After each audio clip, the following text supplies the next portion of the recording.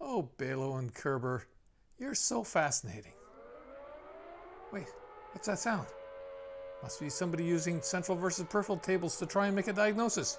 Quick, to the YouTube! So I'm getting on YouTube to revisit one of the biggest myths about vertigo that I already busted a year and a bit ago. That's right, this is central versus peripheral tables help you make the diagnosis in vertigo busted again. I'm Peter Johns, an emergency physician and vertigo education enthusiast practicing in Ottawa, Canada.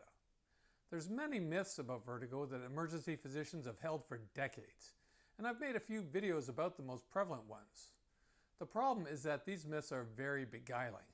You think you're getting useful information when in fact they only spread misinformation. Even smart, young ED docs are susceptible to these myths, and I recently found a video on YouTube published a month ago that unfortunately is a good example of that. Here is the video in question. It's been seen over 100 times.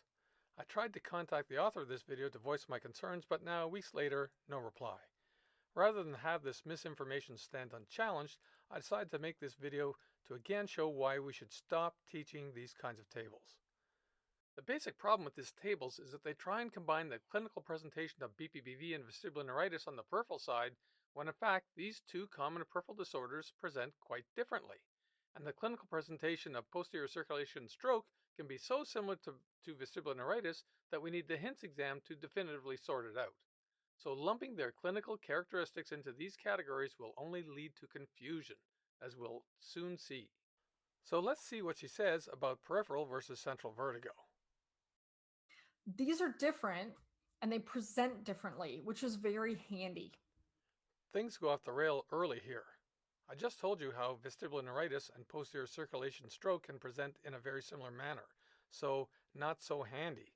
So if it's been kind of subtly increasing slowly over time, that is a big indicator that this might actually be something wrong with the brain, which is why it's really important and hard to notice central causes of vertigo. Posterior circulation stroke, which is the most feared and dangerous central cause of vertigo, typically comes on suddenly, as she states when she talks about Wallenberg syndrome a mere 2.5 minutes earlier in her video. It's going to be very acute onset. Maybe she got this from another YouTube video published 2 years ago, which contained the same misinformation. Central, in contrast, is usually slow on onset. It's central and it's something slowly growing, like a tumor, that's interfering with your balance. And so it doesn't come on suddenly. Now, vestibular schwannoma do come on slowly, but they are a very rare cause of vertigo and actually begin in the peripheral nerve and then spread centrally. I haven't seen a case in 36 years of medical practice, so very misleading and dangerous to say central vertigo comes on slowly. Peripheral causes, on the other hand, are big, they're dramatic, they're intense. These people can't walk down the hallway. This happens suddenly. This is exactly how a posterior circulation stroke can present. Sure, vestibular neuritis can present this way as well, but they should be able to walk unaided. They'll be wobbly, but they should be able to walk down the hall. Any patient who can't walk down the hall needs a stroke workup.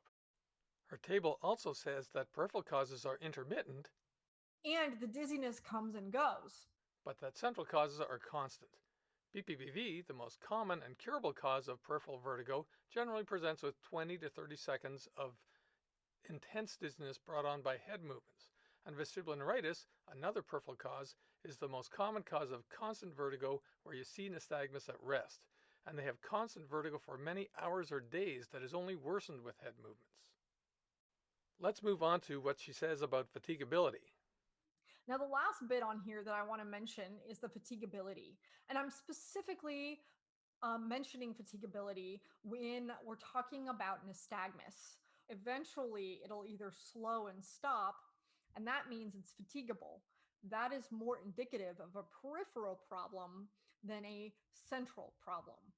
If, however, the nystagmus continues, I'm going to say for at least over 30 seconds, then that is probably not fatigable, and it definitely indicates that it's a bigger problem, it's a brain problem, and we need to pay more attention to it.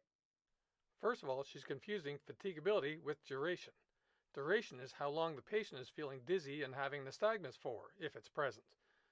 Fatigability, on the other hand, is the phenomena in posterior canal BPPV where the Dix-Hallpike test is positive, meaning the patient has vertigo, and demonstrates the typical rotatory towards the downward ear and vertical nystagmus as seen here.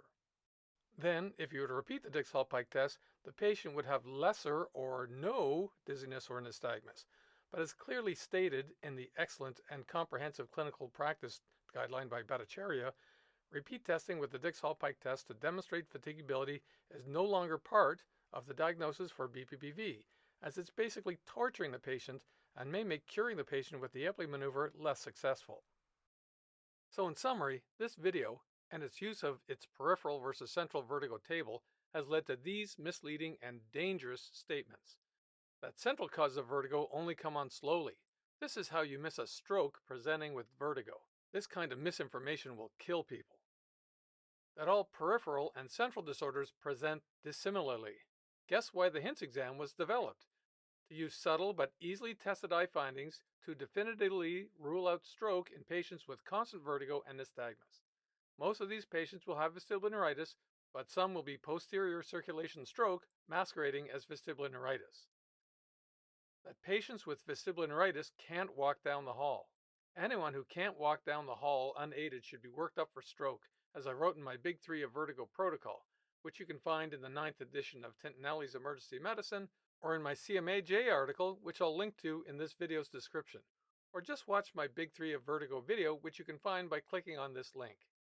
And suggesting that nystagmus in all peripheral disorders is intermittent and not constant completely ignores the fact that vestibular neuritis presents this way and is the commonest cause of constant vertigo and nystagmus at rest that is seen in the emergency department.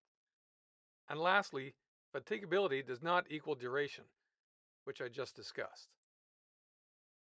I hope you can now see that rather than guide the vertigo learner to the correct diagnosis, this little table of peripheral versus central vertigo will in fact confuse them, which is how they go from being vertigo novices to being vertigo confused, and then to the vertigo disengaged, where they can stay there throughout their career when they enter the vertigo vicious cycle of vexation.